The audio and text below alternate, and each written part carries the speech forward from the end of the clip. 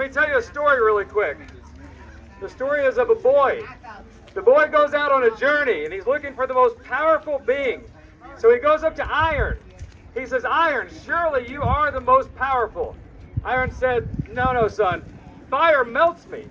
So he goes to Fire. He says, Fire, surely you are the most powerful.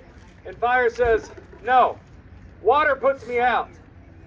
So he goes to Water. He says, I assume that means you're the most powerful. Water says, no. The sun vanishes me. So he goes to the sun. He says, does that mean you're the most powerful? Sun says, no, the clouds, they block me out. So he goes to the clouds. He says, so are you the most powerful? Cloud says, no, the wind, it blows me anywhere it wants to. I have no control. So he goes to the wind. He says, wind, are you the most powerful? Wind says, no, I can't move a mountain. The mountain stops me. So he goes to the mountain. He says, I guess that means you're the most powerful then. The mountain says, no, man can come along and chisel me away into pieces. So he goes to man. He says, man, I assume that means you are the most powerful. Man said, unfortunately, no. He said, death always comes for us all. So he goes to Death, and he says, so Death, I guess you're my final stop. He tells him the whole journey. He says, so you have to be the most powerful. Death said, I thought I was. He said, I've taken everybody. I've taken kings. I've taken mighty warriors. I've taken the rich and the poor.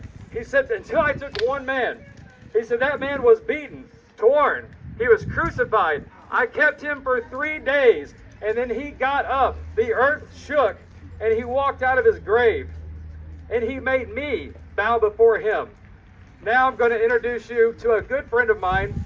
Karen is going to tell you who that man is. So that's a good way to start, Shannon. Shannon's my good friend and my next door neighbor, and he asked me if I would come and finish his story. So I want to just take a minute and do that, okay? I want everybody to look up in the sky. Yeah. So who do you think made the sky? God. Yes. Wait, Jesus. God made everything, yes. Now, what? Yes. She knows all about it. Jesus is the flesh of God. Look over there at the trees and the mountains. You've already heard the answer to this. Who made all of that? Do we know out here? All of God, yes. Okay, so God made everything, and he made the first man. Does anybody know who the first man was? Adam. Yeah. And he made the first woman too. Eve. See, these people know. Smart kids. Adam and Eve.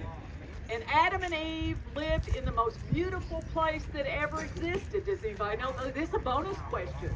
Does anybody know what that was? Garden of Eden. Yes. Okay. It was beautiful. It was perfect. And guess what?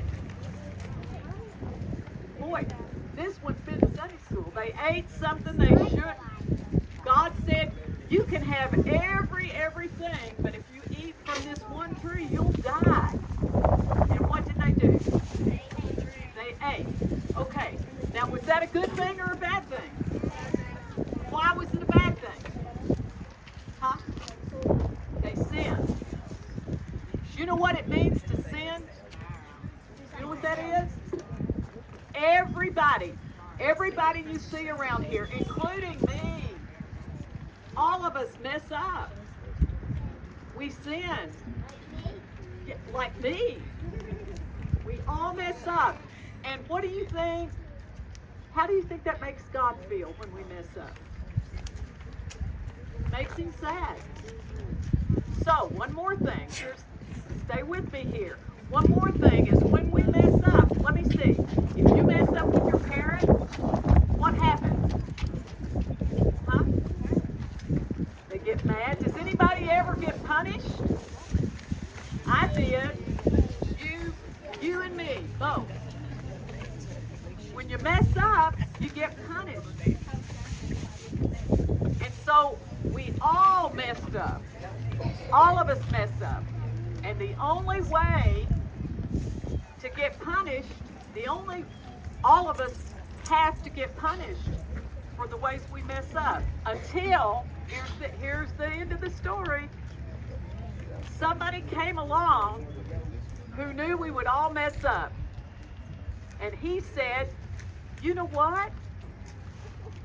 I'll get punished for all these people. That's why we're here this weekend to talk about this. We all messed up. We all deserve to get punished. But Jesus came and said, hey, I'll take the punishment for all these people. So that's why on Friday, what happened to him?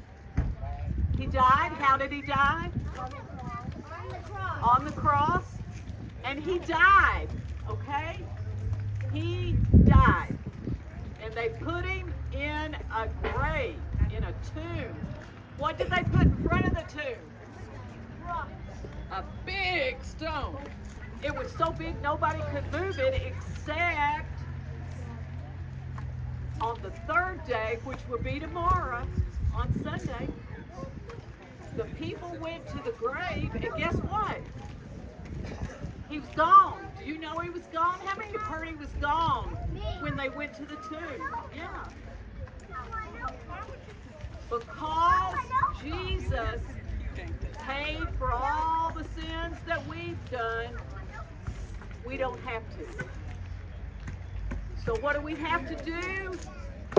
We have to trust him, ask him to forgive us of our sins, and when we do, guess who else, when they die, will live again?